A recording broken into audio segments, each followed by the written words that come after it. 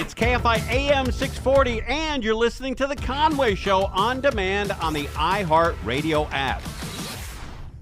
3 major fires here in Southern California. There's some minor ones as well, but you got the bridge fire. You've got the line fire in San Bernardino. The bridge fire is San Gabriel, sort of like, I don't know, near Azusa. Not in Azusa, but Azusa adjacent.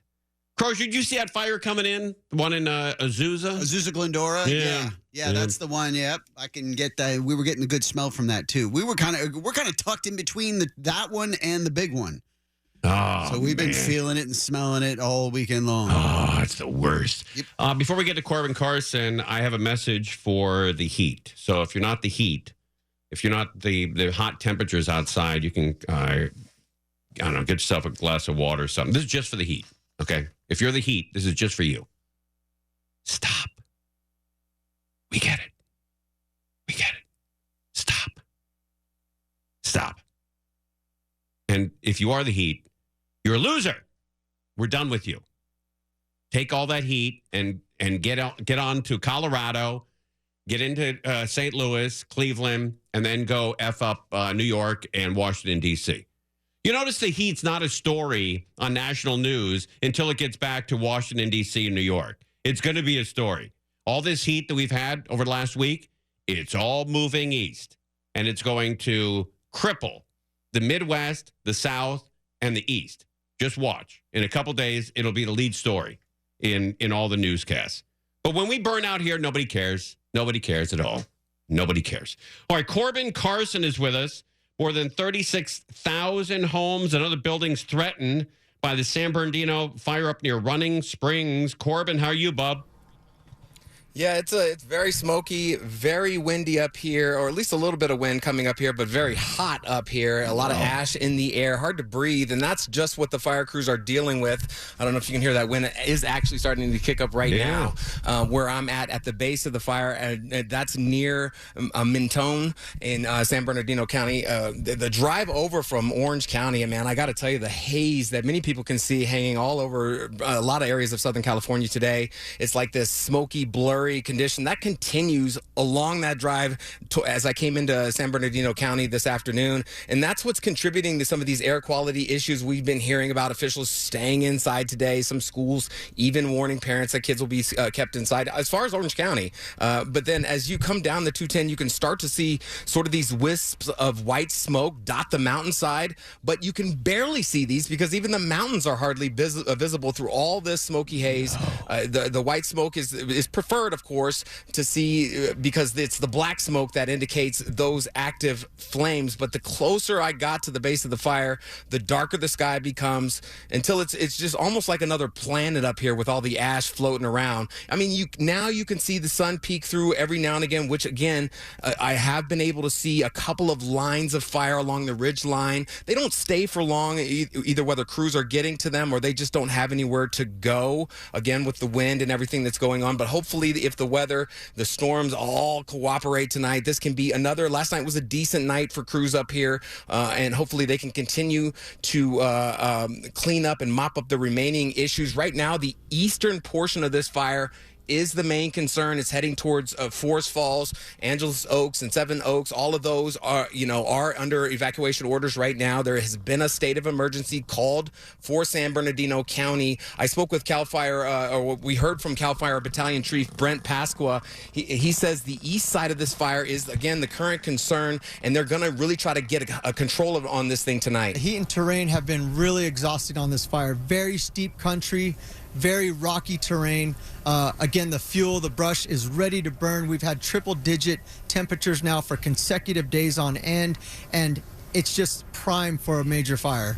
We have a lot of aircraft on this fire, large air tankers, many helicopters, and we have over 1,700 firefighters fighting this fight. Yeah, 15 helicopters in all, and which includes the Southern California's Quick Reaction Force, which is kind of cool. That is that's the large. It includes 3 of the largest wildfire helicopters in the world, Tim. There are 3 of the CH-47 Chinooks. They've already dropped more than 1 million gallons of water on 85 fires this year. Been busy, and we're just kicking into a fire season. What's cool about those is they can drop 3,000 gallons of water per drop. top. Wow. And they do it in tandem. So you're like 3,000, 3,000, 3,000 right behind. And I'm told that this has been a huge help on this fire since the fire started. They've been dropping water every night since that started. They work at night. And that, again, the fire started on Thursday. And then, again, a total of 15 helicopters. But the problem being that they got to try to get through some of these hazy conditions. And then some of the other things, we're seeing a lot of agencies out here, more than 200 engines, 35 dozers, 37 hand crews, just a lot trying to get a control of this. I saw some footage. I think it was the Running Springs fire, where the fire was coming up the hill, and you saw firefighters running. And anytime you see firefighters running, it's bad. It's bad. Yeah. It's horrible. So what's the weather like right now? Is it 100 out there? It was 106 when I got up here. Currently, it's down to a little under 100. Obviously, that's going to change depending, how far up in elevation you are or how far down. And it's, again, hard to breathe, very smoky out here. I stopped by one of the 2 evacuation sites that are being offered for this fire. One of them is at the Jesse Turner Health and Fitness Community Center in Fontana. I spoke with Red Cross's Christine Welch. She says people have been coming. They're coming in there to get their rest. They charge their cell phone, maybe just to collect your bearings after being kicked out of your home. We just relocated yesterday. We had another shelter open in Highland, but it was an evacuation area. So again, we transitioned to a safe area here in Fontana. We have seen multiple people coming in and out too. Last night we had over 67 people come in and stay. We also have animal care partner on site. So again, pets are welcome. They're housed in a separate area too, but again, they're in air conditioning area. They get their food or their water. And again, we know people love their pets too. So again, consider your pets in your evacuation plan and when you leave. And some of the people I spoke to there said they heard these conditions. Some are upset that they left now that they know what happened, but they understand that they need to leave when they're told to. Right. But I was hearing that, it was just, go ahead. And once they leave, they're out. They can't get back in. Yeah, yes, and the biggest concern being that when you're in the thick of things, the way I was told, is so ashy up there. They're hearing thunder, which is strange. There was their own weather conditions, hundreds of lightning strikes, which were contributing to this. And the biggest issue being that there's only one way in and or a few ways in and out. And then when you have fire crews coming in and people trying to get out at the last minute, that can be terrible. So a lot of those people telling me, they had to get out as soon as they could. But one guy told me this. He's been living up here in the mountain areas his whole life, and this is the worst he's seen it. Corbin, when you said you went to an evacuation center, you went to talk to people. You didn't go to sleep and move your stuff in and get food, right? No. Okay. I went to Just go talk to a couple of people. Yeah, all right. I don't know about you guys. All right, buddy, I really appreciate you coming on, and we'll check back with you. Much appreciated. All right, you're the best. Corbin, Carson. And then we got Chris running out to the Trabuco fire. We're going to talk to her soon. And then we've got an retired L.A. County fire captain, and we'll talk to Steve Kreager about, he's the retired fire captain. Man, oh man, these fires, when they open up and they start, they explode. That one in Trabuco Canyon is unbelievable. There was a helicopter, I think it was Channel 5 or Channel 4, that was over that fire, and they were at 9,000 feet. And the plume of smoke, it looked like a mushroom cloud. And that was like 10 to 15,000 feet above where they were. So it's radical out there, brutal. But thank God that Trabuco fire and the fire near Azusa Glendora didn't start last Thursday like the Running Springs fire did. This could have been a disaster. We're going to get much cooler weather this week. The heat is finally leaving us. It's moving on. It's had it with us, and we've had it with the heat. And now it looks like we're going to be in for some cooling. Starting on Wednesday. Tomorrow's still hot, 95 in the San Fernando Valley. Wednesday, 82. Thursday, 79 is the high. 59 is the low on Thursday. 79 is the high on Thursday. So we need to, as long as we can get to Thursday, I think we'll all be relieved to get rid of this heat. But they said, it's going to cool down to 79 in the valley on Thursday. I don't know if I believe that. I think these 105 they've heated up buildings and cement and dirt, and we've really been in an oven for the last 5 or 6 days. I think it's going to take a little while to cool this valley down in Southern California. I think we're still going to get into the 90s on Thursday and Friday. Shut your mouth. Yeah, I know. Please. I hate this heat. I can't stand it. I didn't go anywhere this weekend. I sat inside and just, lost money on TVG. All right, we're live on KFI. We're on all of these fires. We got 3 major fires burning. We've got Corbin, Carson we just talked to up in the Running Springs area. And then we had another fire burning up in the Glendora, Azusa area, and then the Trabuco fire as well. So all 3 of them, we will cover them live. You're listening to Tim Conway Jr. on demand from KFI AM 640. 4 fires burning here in Southern California. We have the airport fire. All right, the airport fire, relatively new. That's the Orange County one, 1,318 acres. Burning, it's got 4 planes on it right now. 4 planes dropping water or phos check on it now. It started at 1:21 p.m. today, and no cause on that fire. Then we have the bridge fire, and that's the one that I think Kreager saw on his way in. Yeah, that's one in San Gabriel Reservoir. That's not threatening any houses or any cities, any buildings. That's way up in the forest. Then you got the Sunset Fire that nobody's talking about, and that's 50 acres. It started at 3 o'clock, and it's been updated about a half hour ago, and that's burning off. It's between Beaumont and Banning, and that fire is burning just a little bit south of the 10 freeway between Beaumont and Banning. And then you've got the huge fire, the line fire. This one is massive. 3% contained, 23,601 acres. And that's the one that they're really, really concerned about, because that's the one that's headed up towards the mountains. It's already in the mountains. But that's one that's headed up towards, Big Bear and Lake Arrowhead. If it can roll and it goes exactly north, a lot of these fires tend to burn east because of the weather, and we're going to get an onshore breeze over the next couple of days. So it's going to push this fire eastbound. But if it went directly north, it would go right into Lake Arrowhead. If it continues to burn northeast, it'll go into Big Bear. So they've got to get a handle on this fire. This one is the big one. But a lot of people were calling in talking about the Trabuco fire, which I believe they're calling the airport fire. And that's currently at 1,318 acres.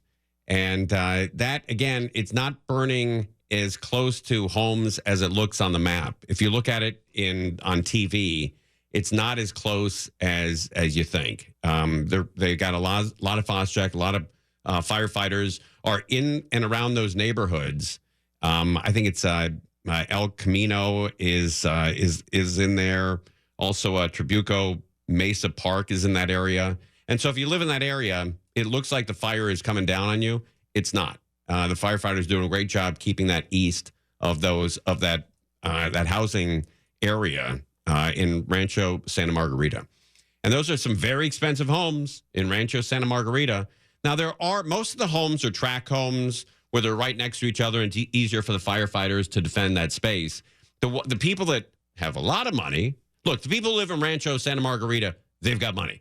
But the people who have more money who live in that area have built up in the hills. And that's where it's very, very dangerous and also very expensive to get fire insurance. Very, very expensive. All right, we're gonna keep an eye on all these fires. There's an update here on the bridge fire, which is the one in Trabuco Canyon, burning right now in Trabuco Canyon. The bridge fire in the Angeles National Forest has scorched nearly 1,300 acres so far. Oh, I'm sorry. This is the bridge fire. The airport fire is the Trabuco Canyon fire. We'll get to that as well. But this is the bridge fire in the San Bernardino Mountains. The bridge fire in the Angeles National Forest has scorched nearly 1,300 acres so far. Evacuation orders are in effect for the East Fork communities of Camp Williams Resort, which includes a mobile home park and the nearby river community. Okay, That's the bridge fire. This is the Trabuco fire, which was updated just about 20 minutes ago. This is the big one in Orange County. A mandatory evacuation order now in effect for the area of Rancho Santa Margarita, specifically Rose Canyon Road, Trabuco Canyon Creek Road, Trabuco Oaks Drive, Joplin Loop, and Cook's Corner. You can see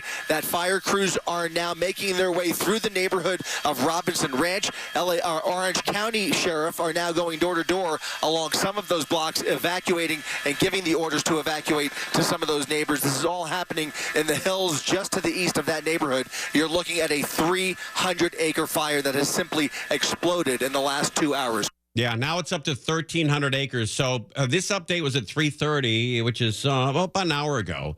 And in that hour, it has increased by 1,000 acres. The line fire is the big one. That's the one, if it gets out of control, it's only 3% contained, can find its way up into the Arrowhead, Arrow Bear, Big Bear area and do a lot of damage. There's a lot of people that are up all night. Yeah, that was the one that was creating its own weather system. Yeah, isn't that wild? And it looked like an atom bomb went off. Yeah, with the smoke, the plume of smoke. It's unreal how these things have just exploded. But we've had 2 unbelievable winters of almost record-breaking rain. We had record-breaking rain this year and nearly record-breaking rain last year. And so there's a lot of trees and a lot of fuel up in those mountains to burn. And the people who 2 years ago were snowed in for 4 weeks in Arrowhead and Big Bear, now you're up for a different reason. It's hotter than hell, and these fires, you can see it, you can smell it, and you know that these things can roll. And so the line fire is what we really need to concentrate on. As the line fire continues to burn in the San Bernardino Mountains, some of the most active firefighting is on the east as the flames push toward Highway 38 near Mentone. The fire behavior today stands just like the last couple days. It's going to be unpredictable. We have thunderstorms that are going to move in midday. To the west, firefighters are keeping watch near Running Springs, where there were some real close calls over the weekend. It was pretty dark in here. We saw flames creeping up, actually caught just before a house caught fire. That's where the firefighters were running from. And again, anytime you see firefighters running away from a fire, it's bad. It's bad. It's serious. And they miscalculated where they should be standing because they were hightailing it. If you want to see how close the fire got to some of the homes in Running Springs, this is a perfect example. You can see that home right there. And then Saturday, late in the afternoon, the fire came roaring up this hill, stopped in part because of the rain. I've not seen a rain with drops that big, and it was wild. As you can look down here, you can see an edge where it just stopped. So far, the fire is only 3% contained. Hand crews working carefully and methodically in steep, rugged terrain in the San Bernardino Mountains. Yeah, that's brutal. Brutal to work up there. Evacuation of this area is required. Meantime, more than 12,000 people remained under evacuation orders, most of those folks in the San Bernardino Mountains. If you're in one of those mountain communities, we really urge you to leave sooner than later. That way we can cut down on the amount of people that are on the roadways and have it safe for our firefighters to come out there and protect the property. That's always the biggest dilemma. Do you stay or do you go? I don't know. Maybe if I had a house up there, I'd probably stay. But because once you leave, you're gone. And it could be a week or two before you're allowed back. And nobody's going to protect your home like you are. Well, that's not true. The firefighters do a pretty good job. But you have your heart and soul in that house. Maybe it's a house you've had for a long time. It's been in the family for, decades, and you want to protect it. I get that. But, man, it's always a huge dilemma. Do you stick around or do you hightail it? And where do you go? A lot of people, what do? You check in a hotel and sit there and watch TV or listen to KFI? Maybe. All right, we come back. We have a retired fire captain from L.A. County Fire, a guy named Steve Kreager. He's really good. He's going to give us some great information on these fires. We're covering all 4 of them, all 4 fires. The line fire, the Trabuco Canyon fire, the bridge fire, and then what they're calling the Sunset Fire, the smallest of them in Riverside, San Bernardino, between Banning and Beaumont. You're listening to Tim Conway Jr. on demand from KFI AM 640. 4 fires burning the line fire. We talked about that. We had Corbin Carson on We also have Chris Adler heading out to the Trabuco Canyon fire, which they're calling the airport fire. And then we have the bridge fire. So we have the line, the bridge, and the airport. And then the sunset fire. So we got 4 fires burning. All of them, I think, are out of control. The only one that has any kind of containment is the line fire at 3%. But if you look at the other ones, the airport fire, 0% contained, 1,318 acres. The bridge fire, 1,255 acres, 0% contained. The sunset fire is 0% contained. And the line fire, 3% contained. But I don't know what that means. So let's talk to Steve Kreager. He is a retired fire captain with LA County Fire Department. Steve, how you, bub? Hey, Tim, ding dong with you. Hey, ding dong with you, buddy. Hey, so I got a bunch of questions here. First of all, I know in Europe they let these fires burn more than they do in the United States. The United States, I don't know where we came up with this and why we differ, but we try to put all these fires out as soon as possible. Is that a bad plan in the long term? Not really. Not when you have homes that are threatened. You gotta get that fire out before it gets to the homes. Sure, I get that. And what about equipment, planes and helicopters? Do we have enough for all 4 of these fires? I believe so. Because there's a lot of them are private contract helicopters and air tankers that serve the need. And they come from all over. I noticed that planes, the tankers that came up on the Orange County fire, Trabuco Canyon, they came out of Ramona down in San Diego County, but they're filmed out in Hemet.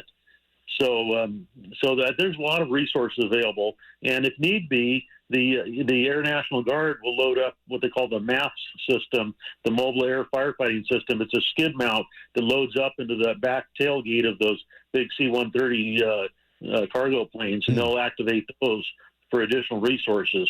But that is fairly dangerous to do, especially in the line fire, where you have 80%, steep. These mountains are sometimes 80%, and you can't crawl on those. That's a steep mountain. I don't know how you fight that with the heat, the wind, and the steep, terrain. Yeah, it just depends on the terrain. You know, they try to paint the ridges with the Phos-Chek with the air tankers.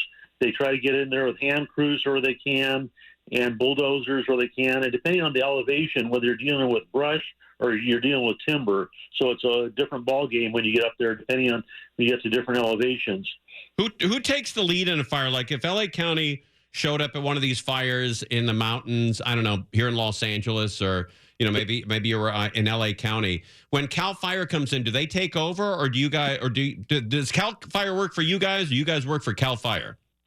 A little bit of both. But what they have is what's called unified command. So let's say you have a fire like that, maybe the bridge fire that's on the border of LA County area and the Forest Service area. In that area, they may have a unified command where you have a chief from both the Forest Service and from LA County Fire Department working jointly as incident commanders on that fire, and they work in conjunction with each other.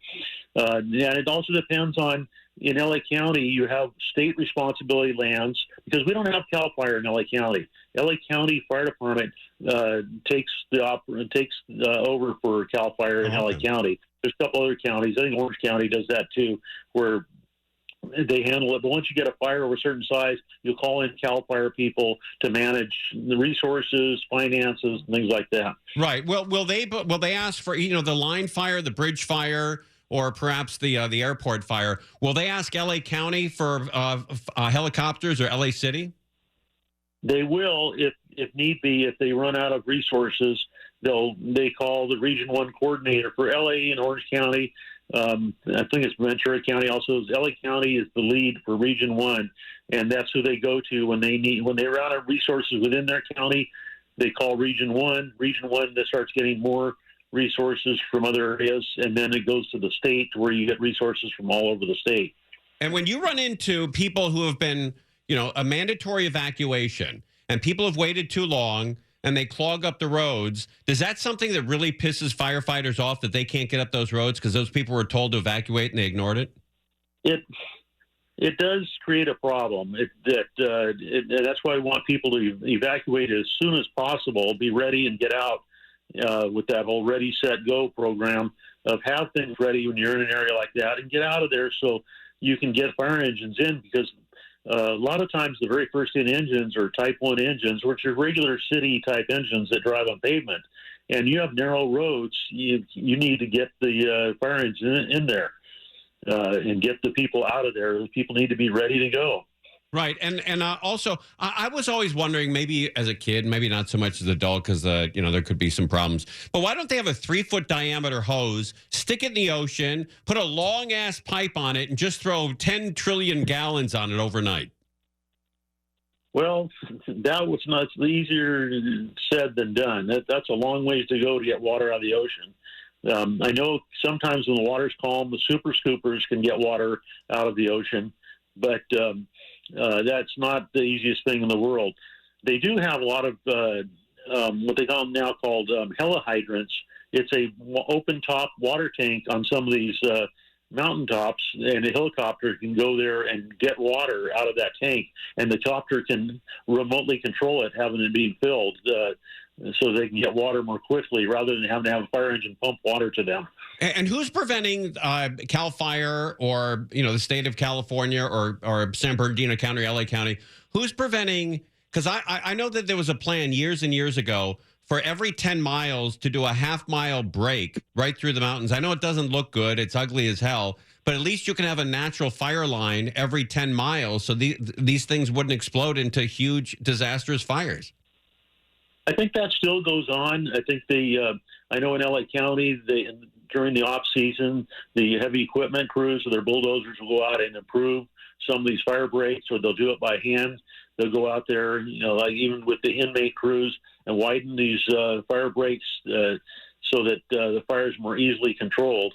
But it just depends on the jurisdiction and environmental concerns and things like that. Right. So we used to do that when I was on a hand crew. We'd even go over to Catalina Island and cut handbrakes along the ridge tops there, and then we'd come back with a pre-emergent herbicide to keep the brush from growing back on those fire breaks. Oh, that's interesting. All right, like weed killer. Yeah. Is this a true story or false that occasionally, back in the 1990s or so, when you had a lot of the prisoner inmate crews, that occasionally a guy driving flying the helicopter would dump a bunch of water on them just to F with them? Is that true? I don't believe that's true. There's been a lot of stories like that. I know there are stories about them dropping water if they saw a white helmet, which was a cheat. That's great. No, I think they're very professional, and they want to drop water on the fire. I get it. Although sometimes that the hand crews are right where they need to drop, and you get hit. And what does that feel like? Have you ever been hit? Oh yeah, and water's not too bad, and depending on what type of copter and how much water is coming out of it, as the really big 3,000-gallon tank or just a 360-gallon tank, it's not too bad. But fog check, because it sticks together and it's kind of like consistency of tomato soup. When that hits you and the plane's coming in at a pretty fast rate, that fog check's coming down at you at the same speed as the plane. Oh, wow. And that can hurt. So you always face the plane and hold on to your helmet and hold your hand tools out to the side and make sure you don't get flipped over by the drop. But usually they're making drops along the ridge tops, and right. They're not on ridge tops. And it must be hell trying to get that fog check out of your hair at night. Oh man, it's the worst, and it dries pretty quick. So you have this caked up stuff on in, on your clothes, and it kind of soaks through your pants, and so it's chafing your legs. So yeah, it's not the best thing in the world. All right, buddy. Appreciate you coming on, Steve Kreager. Thank you, LA County Fire Captain, retired. We're keeping an eye on all 4 of these fires. You're listening to Tim Conway Jr. on demand from KFI AM 640. We are on Fire Watch 2024. And we got a lot of fires burning. And if you're not in a fire area, you can still listen to the program, right? And if there's ever a fire in your area, you're going to be glad that we do fire coverage. So just because you live in, Newport Beach or Seal Beach or Hermosa Beach or Manhattan Beach or Santa Monica Beach, and these fires don't affect you, well, when disaster comes to your area, and we're talking about your area, earthquake, fire, flood, whatever, you're going to be happy we do. So you owe it to those people. in the fire area to listen to this. You owe it to them because they're going to listen when you're in trouble and we cover your area. So don't make me come out there. This is a very important, very important. We're going to have Rick Dees on today, but the fires broke out, and I thought, and he said, he goes, let me reschedule for another day this week. And I said, all right, that's a true professional. So we've got the line fire, the Trabuco fire, the bridge fire, and they're getting wild, especially this Trabuco Canyon fire. This is, everybody in Orange County can see it. Everybody's looking at it. When you're driving it, if you're on the 5 freeway, the 405, is Angel with us? Is Angel Martinez with us? Is that Angel, you with us? We pot her up? No? Oh. Who's in today? Is Angel in today? God almighty. No, it is Michael Morris. Oh, Michael Morris. Okay. All right. But anyway, the Trabuco Canyon, that's where the toll road is there that goes along the foothills. And it's northeast of the 5 freeway, considerably north of the 405 freeway. But there's, there's a lot of very expensive homes in that area. And for some reason, and thank God they did this, it's an unbelievable clearance that they have between their homes and the mountains. There must be 200 or 300 yards of clearance there, which is fantastic. That's exactly what the fire department wants. That's what insurers want. They don't want, trees going right up to your house. And I know it's ugly. I know you'd rather have trees there. You want to live like you're in the forest. But I'm telling you, that could save your home. So that is great news. All right, update on the airport fire, ladies and gentlemen. The airport fire. That's the Trabuco Canyon fire. Let's find out what's going on with this fire. You're looking at the northern flank of the fire, making its march up the hill towards Santiago Peak. You can see all the heavy brush that's out here. That is a lot of brush that is left to be burned here. As I come out to a wide shot, you'll see that northern flank continuing to work uphill. More of it to the south side. You can see through the smoke itself, just climbing up the hill pretty quickly here, burning fully out of control. As I come down the hill, you're looking at the lower land areas that are burning as well. They have on the northern flank down lower have started to put more fire retardant lines down on that line to keep it from spreading. Now, you notice that we have not seen, knock on, where's wood around here? Knock on wood. We have not seen what we have seen in the past in Anaheim Hills. Remember, one house after another, after another, after another burned to the ground. And then we saw it in the San Fernando Valley's Granada Hills. Remember when that fire went through Sylmar and then through Northridge, Granada Hills area? And it was one house after another, after another, after another. And we're not seeing that this time because people they're hip to the quip. They know that if you have a decent amount of coverage of just dirt, no foliage, empty space between your house and the next closest shrubs, trees, that your house has probably a 98% chance of surviving. But when these winds kick up, and it gets rolling into one of these homes, man, that's when it's 2, and then 25, 50, and 100. That's where the real disaster happens. Further north, and then as I go further down canyon, you'll see those fire retardants going to continue all the way down to the point of origin where the fire started. On the southern flank, you can't see it right now. There are helicopters that are attacking that side. They're putting water-dropping helicopters on the lines there. Here's a little bit of it. And it's hot out there. It's hot. It's 106, according to Corbin Carson. 106 out there in San Bernardino when he got there. Right here, but they're hitting that side of the fire with the helicopters. The north side of the fire with the big tankers that are here. They have at least 3 or 4 tankers on scene that are dropping that fire retardant, but the big smoke and the big flame is uphill, up canyon, burning away from those homes down lower. Now, there are mandatory evacuations and voluntary evacuations in place. The mandatory evacuation so far for one street, it's called Meander Lane. That's in Rancho Santa Margarita, and the voluntary areas are Rose Canyon Road, Trabuco Creek Road, Trabuco Canyon Road, Trabuco Oaks Drive, Joplin Loop, and Cook's Corner. Okay, those are the streets that you got to be aware of. And the fires right now, the airport fire, that's the one they're talking about just now, 1,300 acres, 0% contained. The bridge fire, 1,200 acres, 0% contained. The Sunset Fire in Riverside, 0% containment.